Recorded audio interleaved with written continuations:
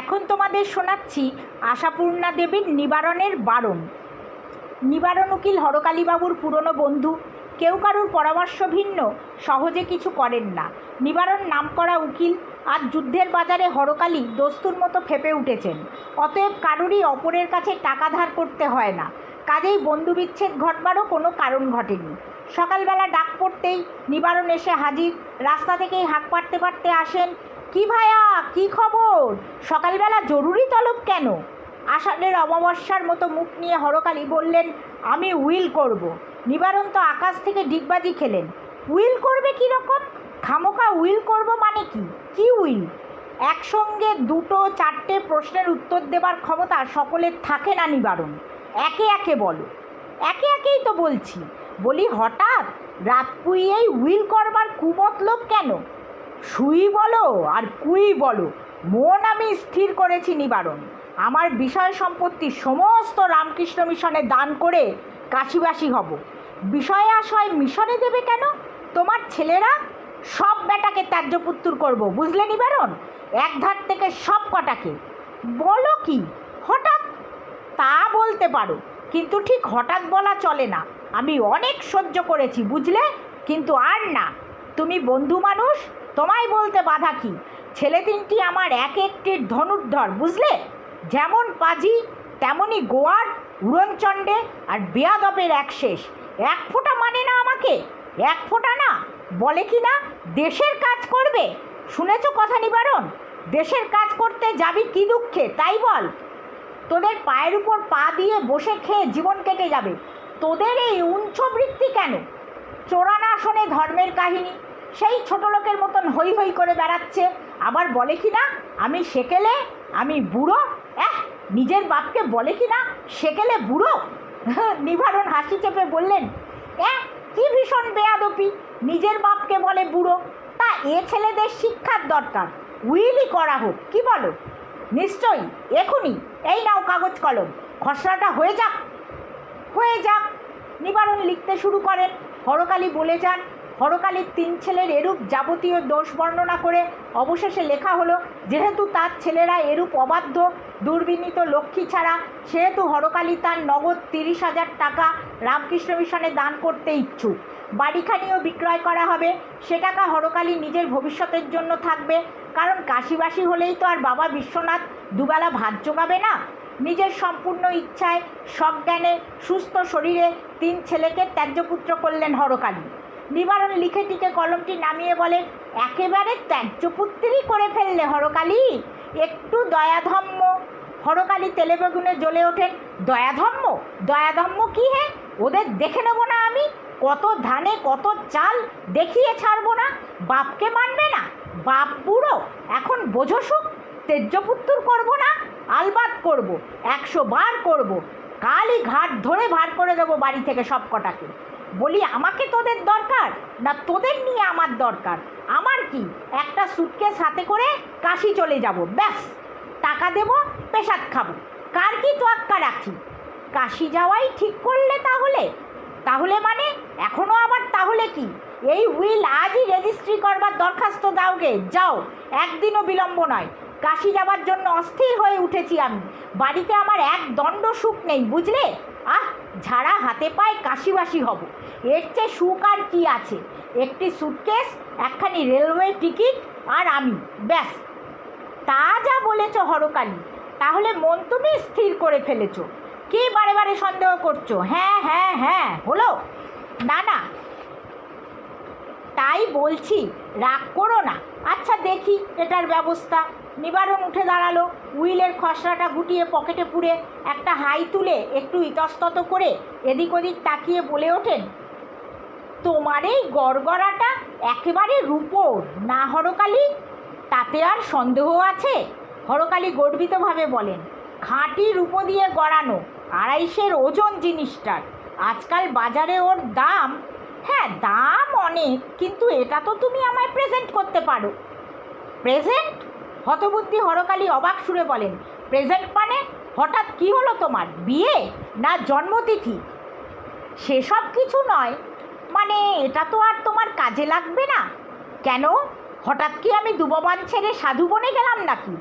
তা নয়, মানে একটা সুটকেসে কত দাঁত ধরবে তোমার? জামা কাপড়ও তো নিতে হবে 4টি। তাছাড়া আমারও ওটার উপর অনেক দিনের লোভ। কি বললে? অনেক দিনের লোভ? হরকালী গম্ভীরভাবে নিবারণের দিকে তাকান। আমার এই শখের জিনিসটির ওপর তোমার অনেক দিনের লোভ? কেমন? বেশ, তাহলে নিও। নিও কথাটির মধ্যে যে সুরটি, সেটি মোটেই বন্ধু বাৎসল্যের সুর নয়। তবু নিবারণ সুযোগ ছাড়েন না। গড়গড়ার ওপর থেকে কলকেটা নামিয়ে গড়গড়াটা হাতে করেন। কি, ওটা তুমি এখনই নিয়ে যাচ্ছ? হ্যাঁ, নিলামি যখন, মানে দিলেই যখন। আচ্ছা হরকালী, বাড়ি তো বেচবে, তোমার এইসব ফার্নিচার মেলাই তো করে ফেলেছ। গড়গড়ার ব্যাপারে বেশ একটু তেতে ছিলেন হরকালী। বিরক্তভাবে বললেন, ওসব নিয়ে মাথা ঘামাবার দরকার নেই, জাহান্নামে যাক ওসব, বুঝলে? তাই তো বুঝছি, মানে তোমার ওই উড়নচণ্ডে লক্ষ্মী ছাড়া ছেলেগুলোর হাতে পড়লে জাহান্নামে ছাড়া আর কোথায় যাবে? হরকালী ক্রুদ্ধ কণ্ঠে বলেন, আমার ছেলেদের সমালোচনা করতে তো তোমায় ডাকিনি নিবারণ। আরে ভাই, বন্ধু মানুষ তুমি, তাই এত ভাবনা। আমি বলি কি, কাশি যাবার আগে বেচে দাও না ওগুলো। অবশ্যই পুরো দাম কি আর পাবে? সিকি আদা যা পাও ধরো না কেন, আমিই তো নিতে পারি। সত্যি কথা বলতে কি হরকালী, রোজগার করি বটে, তোমার মতন এমন সাজানো গোছানো ফিটফাট বাড়ি আমার নয়। বরং জিনিসগুলো পেলে তোমার বাড়িটা সাজানো হয় কেমন? হরকালীর কণ্ঠে বিদ্রূপের আভাস। নিবারণ একগাল হেসে বলেন, সে যা বলেছ। বিশেষত তোমার এই বুককেসগুলো পেলে কী সুবিধেই হয়। বরাবরই এগুলোর উপর ঝোঁক আছে আমার। তা তোমার যখন আর কাজে লাগছে না, আমার বৌমারা বলেন ও বাড়ির জ্যাঠামশায়ের বাড়ি কেমন সুন্দর, আরশি বসানো আলমারির গাদা আমাদের নেই। এইবার তাদের খেদ মিটল। তাহলে মোটামুটি দর একটা দিয়ে ফেলো হরকালী। মানে নেহাত দেওয়া বলেই 200-400 টাকা দেওয়া, নইলে আমার কাছে আবার দরদাম কিসের? হরকালী জ্বলন্ত দৃষ্টিতে নিবারণের দিকে মিনিটখানেক তাকিয়ে থেকে বলেন, বৌমাদের আর খেদ থাকে না কেমন? আর বুককেসগুলো হলো তোমার আর তোমার ছেলেদের। ছেলেদের? সে তুমি ইচ্ছে করে যদি কিছু দাও, মাথায় করে নেবে, মানে চিরদিনের মতো কাশিবাসি হবার আগে ওদের নিশ্চয়ই কিছু দিয়ে যাবে তুমি। নিজের ভাইপোর মতনই ভালোবাসো যখন। তা তোমার ছোট গাড়িখানা আমার মেজো ছেলেটাকে দাও না ভাই, সে ডাক্তার মানুষ, আলাদা একটা গাড়ি থাকলে সুবিধে হয়। ও, তাহলে গাড়িটাও তোমার চাই? আমার নয়। নিবারণ উদাসভাবে বলেন, আমার ছেলের। ছোট একটা গাড়ির ইচ্ছে তার বরাবরের। আর তোমারও নিজের উড়নচণ্ডে হতভাগা ছেলেদের যখন ত্যায্যপুত্তুর করে দিচ্ছ, তখন আমার সোনার চাঁদ নীরেন নেপেনকে বেশ কিছু দিয়ে যাবে তুমি। চোপড়াও! হঠাৎ চিৎকার করে ওঠেন হরকালী, তোমার ছেলেদের গুণের কথা আর বলতে হবে না। বলি, আমার ছেলেদের হতভাগ্য উড়নচণ্ডে বলবার কী রাইট আছে তোমার নিবারণ? কী রাইট আছে? চড়ছ কেন হরকালী? রাইট বলো প্রমাণ বলো, সে তো আমার পকেটেই আছে। কিন্তু বোটের ওপর আমার কথাগুলো যেন ভুলো না। আমি বরং এখনই গিয়ে একটা লরি পাঠিয়ে দিই গে আলমারিগুলোর জন্যে। আর নেপেনকেও বলি গে, গাড়ির ভাবনা তোর ঘুচলো। আর হরকালী, কি বলে যে তোমায় ধন্যবাদ জানাবো আজকের বাজারে এত সব জিনিস জোগাড় করা। তাহলে আমার কাশিবাস তোমার খুব সুবিধে হচ্ছে। হরকালীর স্বর ভীষণ।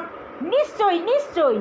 তার বলতে অবশ্যই ছেলেগুলোকে ত্যায্যপুত্তর না করলে এত সব কিছুই হতো না। সেটাও তাহলে তোমার পক্ষে রীতিমতো লাভ। হরকালীর স্বর ভীষণ। সংসারের দিক দিয়ে দেখতে গেলে লাভ কেমন? তোমার সুবিধে, তোমার ছেলেদের সুবিধে, তোমার বৌমাদের সুবিধে। বলি, হ্যাঁ নিবারণ, তোমার গোষ্ঠীর সুবিধে করবার জন্যে আমি কাশিবাসি করতে যাব ভেবেছ? তা ভালো, কারো সর্বনাশ, কারো পৌষ মাস, এ তো জগতের রীতি। নিগুচি করছি তোমার রীতির। উইল ফেরত দাও আমায় শিগগির। সে কি হে, এত কষ্ট করে লেখালে? আমার খুশি, আমি লিখিয়েছি, আমার খুশি ছিঁড়ব, দিয়ে দাও। নিবারণ করুণ মুখে বলেন, তাহলে এ উইল বাতিল, ছেলেদের ত্যায্যপুত্তর করব না, হলো? আর ওরা তোমাকে অপমান করবে, বুড়ো বলবে, আলবাত বলবে। তোমাকে তো বলতে যাইনি, বুড়ো বলবে নাকি তরুণ বলবে আমাকে? সরে পড়ো হে নিবারণ, সরে পড়ো। মতলব বোঝা গেছে তোমার। হরকালী মিত্তির ঘাস খায় না। পকেট থেকে উইলখানা বার করে নিবারণ দুঃখিতভাবে বললেন, মতটা বদলালে তাহলে? হ্যাঁ হ্যাঁ হ্যাঁ, হলো। তাহলে যাই, আর কি করব। সকালবেলা ঝুটমুট খানিক সময় নষ্ট। আশাভঙ্গের হতাশ মুখ নিয়ে নিবারণ গড়গড়াটি নিয়ে উঠে দাঁড়ান। ওটা নিচ্ছ মানে? রেখে দাও, যেমন ছিল ঠিক তেমনি করে। হ্যাঁ হ্যাঁ, কলকে বসিয়ে দাও, ব্যাস যেতে পারো তুমি। কাশিবাসিও তাহলে করব না, হয়েছে? খুব দাও মারবে ভেবেছিলে কেমন? নাও এখন এইটি।